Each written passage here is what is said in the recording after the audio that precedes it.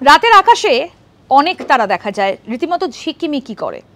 বলতে পারেন রাতের আকাশের সবথেকে উজ্জ্বলতম নক্ষত্রের নাম কি? আমরা মোটামুটিভাবে ছোটবেলা থেকেই পড়ে এসেছি যে কালপুরুষ, যাকে আমরা শিকারীর সঙ্গেও তুলনা করতে পারি।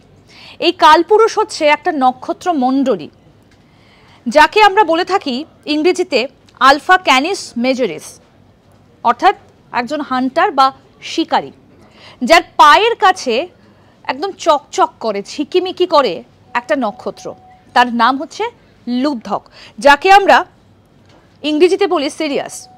এটাই হচ্ছে মহাকাশের সবথেকে উজ্জ্বলতম নক্ষত্র।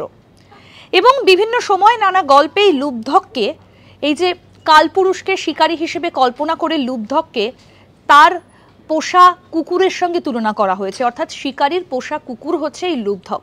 এইভাবে নানা গল্পে আমরা তার উল্লেখ পাই। আসলে লুব্ধক হচ্ছে কালপুরুষের পায়ের কাছে জ্বলজ্বল করা নক্ষত্র, আর এটাই হচ্ছে মহাকাশের সবথেকে জ্বলন্ত চকচক করা নক্ষত্র। আর কবে দেখা যায় কালপুরুষ?